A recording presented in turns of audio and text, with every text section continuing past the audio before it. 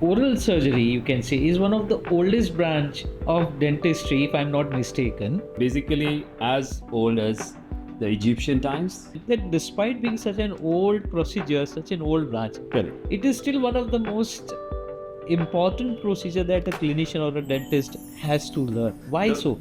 So it's a journey. The first step where another building is to be built up for the dentistry starts from the extraction. What do you suggest? Should we go for immediate implant after extraction? That doing an extraction, putting an immediate implant or socket preservation, वो दो धारी तलवार है, you know. These new devices that have been available in the markets called the luxators, periodomes. And it improvises your skill. Hello, Dr. Anish. On behalf of our viewers and Fine Feather Dental Academy, I, Dr. Keval Shah, your host for today, would like to extend a warm welcome for this podcast on oral surgery and exodontia. Thank you so much. It is a pleasure to be here. In fact, it's an honor, sir. So, before we start, I would like to give a brief introduction. I'm sure I'm going to make it brief about Dr. Anish Tiwari. He is an alumnus of Government Dental College and Hospital, Ahmedabad, finishing his MDS as way back as 1993. He is well versed in all aspects of oral and maxillofacial surgery, right from exodontia to implantology to plastic and orthodontic surgery, with special penchant for TMD surgeries also.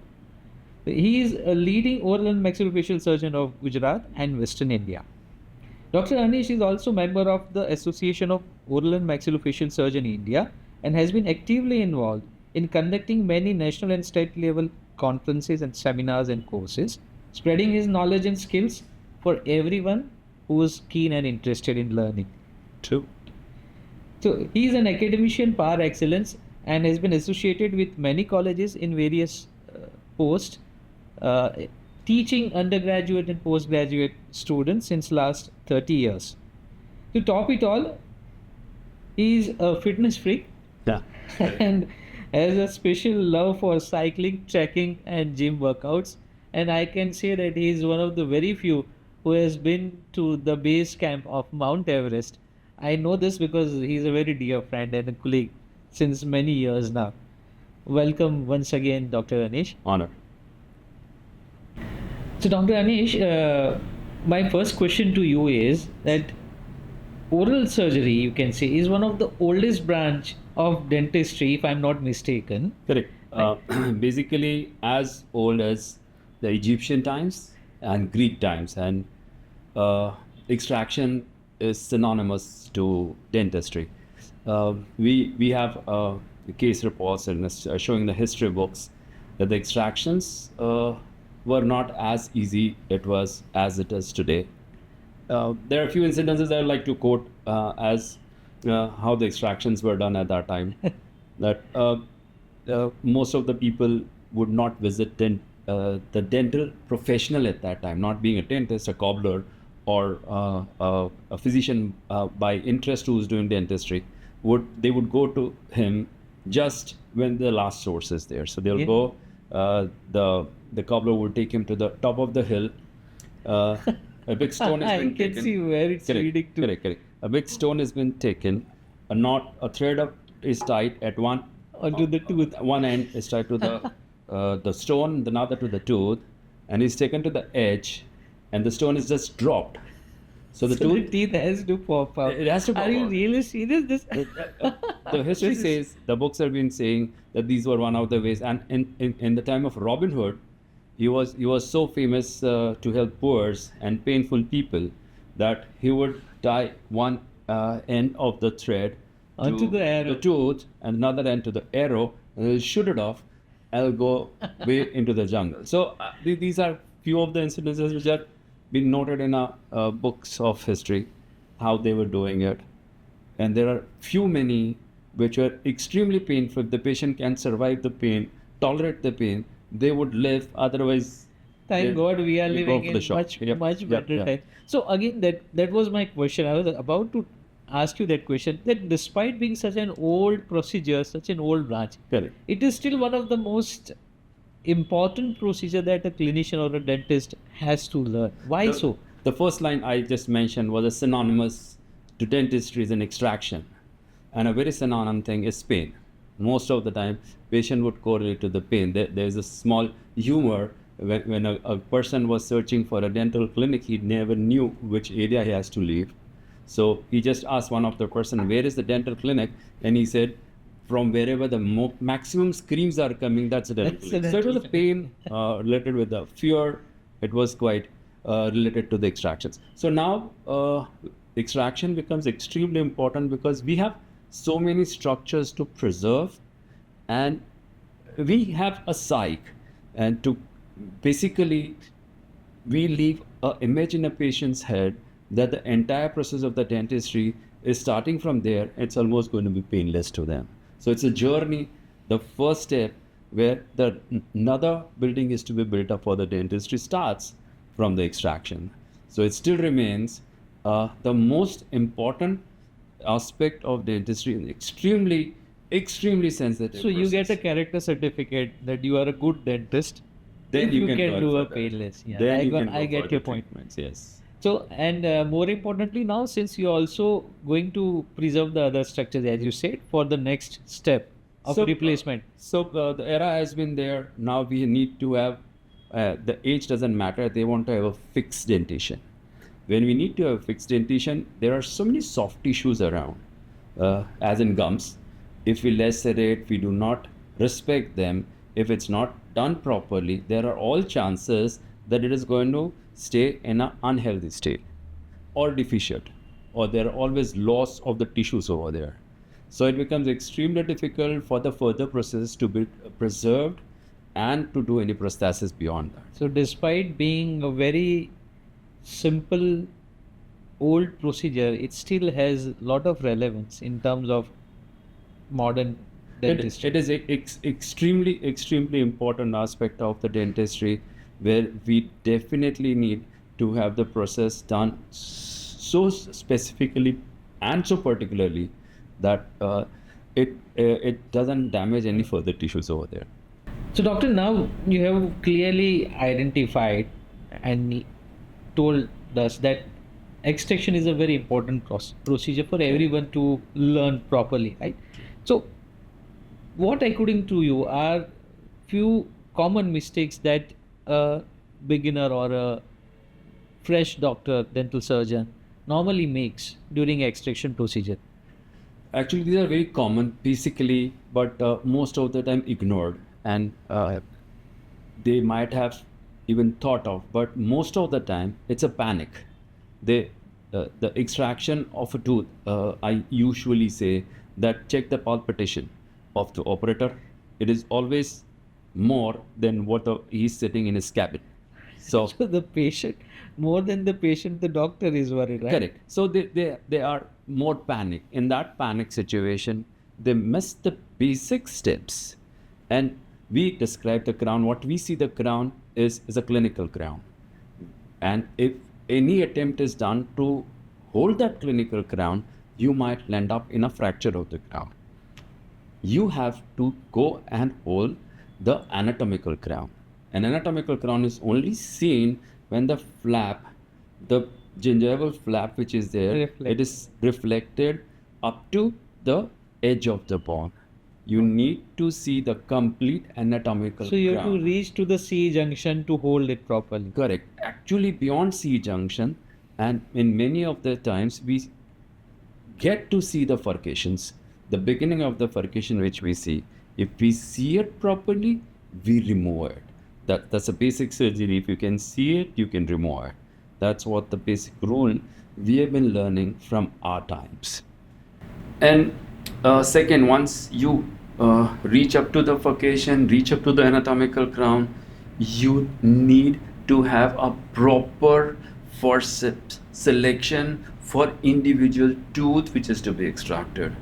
Otherwise, what happens is we have limited amount of forceps in the clinic. If we have used one of them in a previous patient, we might not be having that instrument sterilized or autoclaved. So we try to tend to end up using another forceps, considering the forceps grip. Try taking shortcuts. Correct. And once you try to do that, it's a blunder, a biggest blunder of taking a wrong forceps for a right tooth.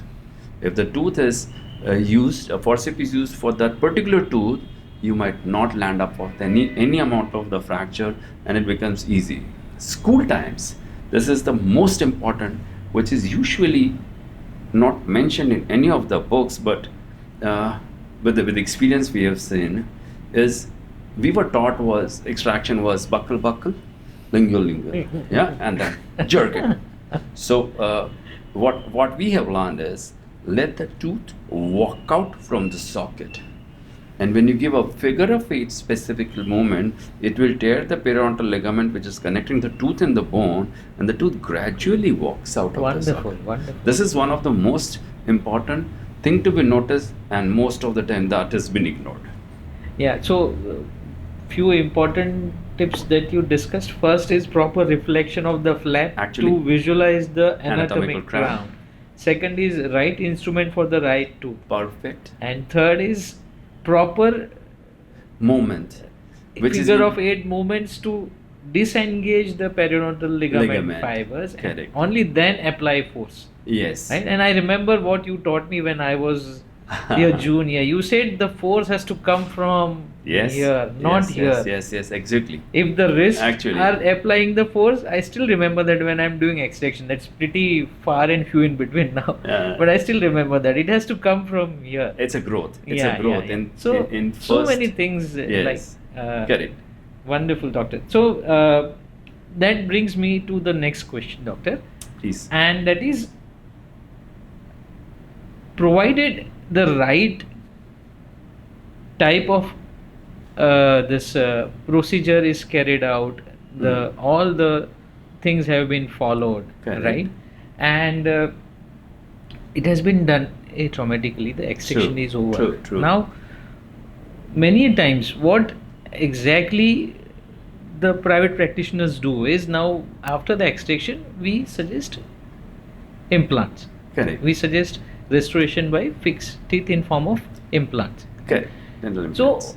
what do you suggest? Should we go for a immediate implant after extraction, or should we go for socket preservation, or should we leave it as it is? What am I supposed to do? Where should I suggest immediate implant? Where should I not suggest immediate implant and go for socket True. preservation? That reminds me of a beautiful statement given by Shambhu, that doing an extraction, putting an immediate implant or socket preservation, वो दो धारी तलवार है, you know, like it's double-edged sword. Like either way, you are in such an edge that if you do an extraction and put an implant, and there is a jumping space more than which is required between the implant and the buccal or lingual plates, we might land up losing the bone at the margin, and that is again going a problem.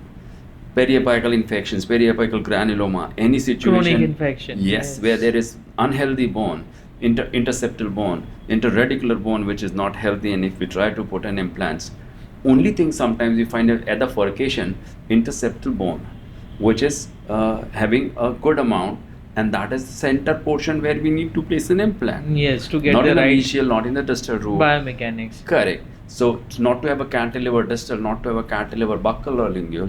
For the prosthesis, we try to put it center and we lose that bone. If we do not have 3 to 4 millimeter of the bone engaging in the periapical region of the implant, I don't put an implant immediate. I would wait for the socket to heal, and to heal the socket, we will plan a socket But preservation. doctor, you have that luxury because you know how to put implants, you know how to do socket preservation. But what about common people like us, right? We don't know everything. So we have to take a call. Should I put implant or should I not?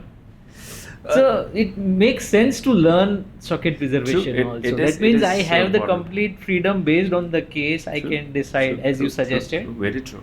Very true. Actually, I would always go, and if you have a healthy bone, placement of an implant is a good idea. But most of the time, patients come with a desiccated tooth, which has got a lot of infections. So we clear the entire socket. We remove all amount of the debris, any tooth particle, bone particle hanging on the buccal or lingual aspect, and then we go for the socket preservation. after socket preservation, once the healing has been happened, we go after about 3 to 3.5 to 4 months to go and place an implant in a healthy healed bone. If I allow the tooth socket to heal by itself, as if you go One through of the studies, options, yes, the healing of the socket will be like concave, and I will have about 2 to 3 millimeters short less bone height yeah. to placement of the implants. So the best thing is, if I'm planning an implant, the patient is inclined to go for the implant, we should do a socket preservation, so we can have over 3 to 4 millimeter height on the ridge. That increases the longevity of Yes, and we can place a longer implant in that region. So socket Wonderful. preservation is one of the fine.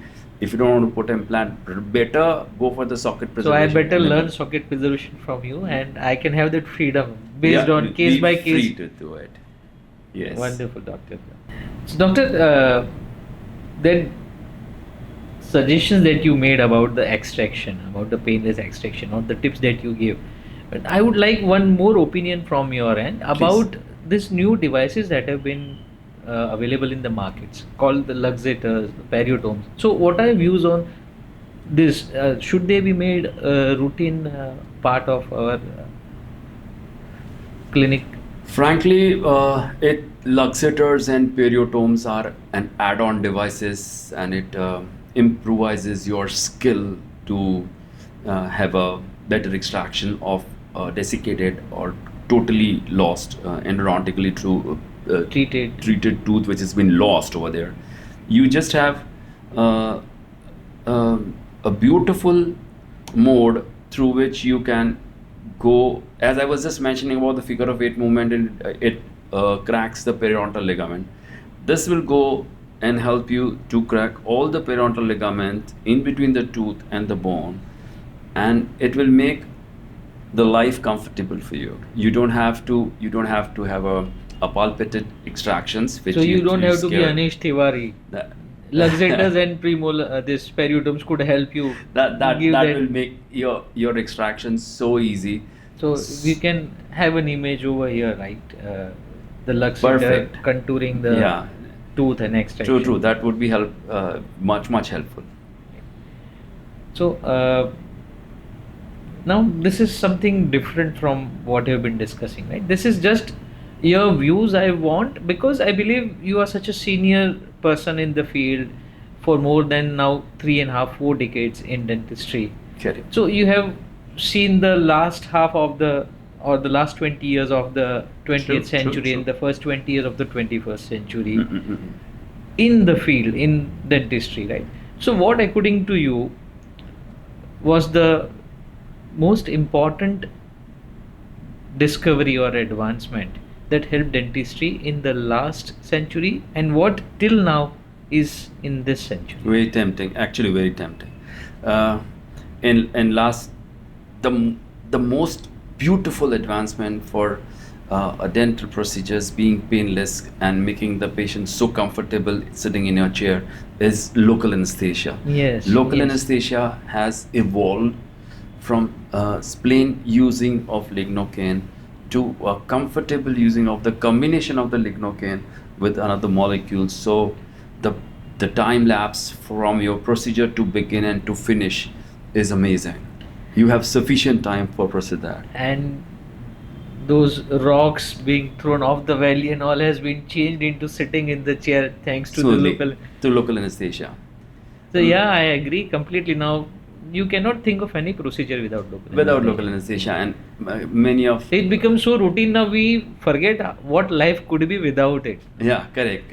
And no sooner the patient has been decided for the procedure, any procedures, say not only extractions, any procedures to be done, immediately the next statement of yours to your assistant is local anesthesia.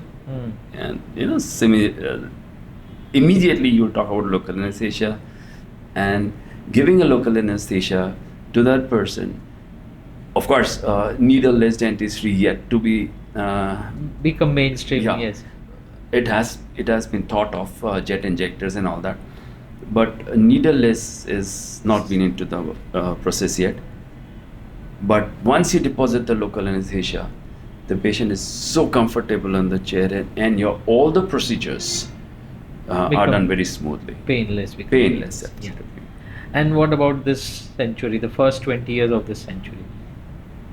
No doubt about it. One of the finest, one of the latest, one of the last, and one of the best replacement to a natural dentition is an implant, a dental implant, which is so identical to the root of the tooth that whenever it is placed, it definitely looks like the tooth been replaced and placed in the socket by itself. Very true. Very true.